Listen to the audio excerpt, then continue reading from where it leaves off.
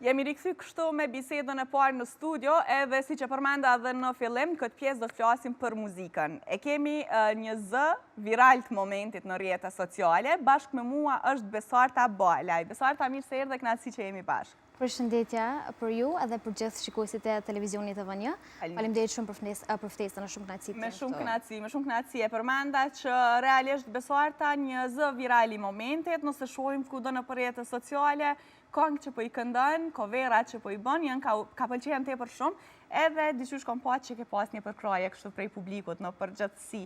A e ke prit këtë viralitet kështu kur ke nis me këndu, me ndo talentin tonë në rrjetet sociale, apo thjesht ke dasht me bo për qefin njëherë?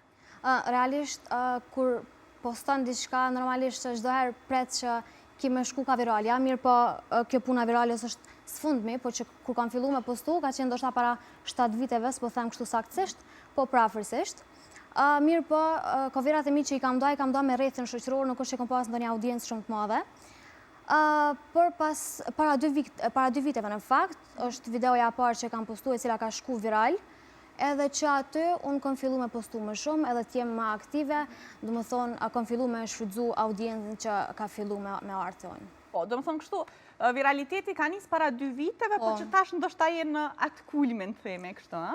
Po, mund të themi që tash kam fillu me u bu viral edhe në Instagram, sepse unë kam qenë më aktive vetëm TikTok.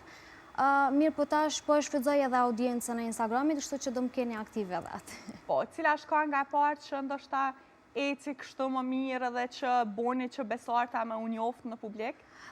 Kënga e parë që është bo ma virale, ka qenë një këngë folklorike, po që është këndu me gitarë, një këngë e Shaqirët Servadikut, aty kom marrë një audiencë goxha të madhe, nuk po them ashtu aq shumë, mirë po nëse e krahasoj me videot e më pashme, ka qenë shumë e madhe, ka qenë diferencë shumë e madhe. Se me ndonë që në qëtë këngë ashtu e more vëmendjena, është pak kjo ideja që ne ende si populli kemi qef muzikën folklorike, kemi qef edhe eksperimentet, sepse te ka qenë këngë folklorike, mi po te e ke rikthy në stilin tonë, e ke përshtat me gitarë dhe ndoshta ka dojë një verzion i ri prej Besartës, kështu?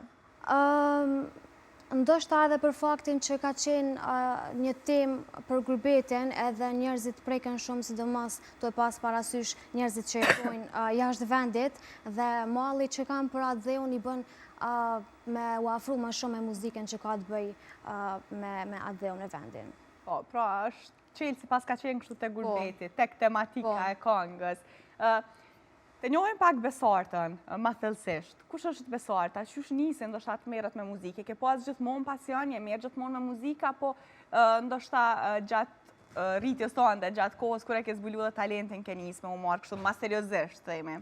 Në fakt është interesant kjo puna e talentit, sepse unë si fëmijë e kam ndjeh thjesht mrenda që unë e kam talent. Muj me thonë që unë kam lind me talentin për muzikën, edhe muzika ka lind brenda meje.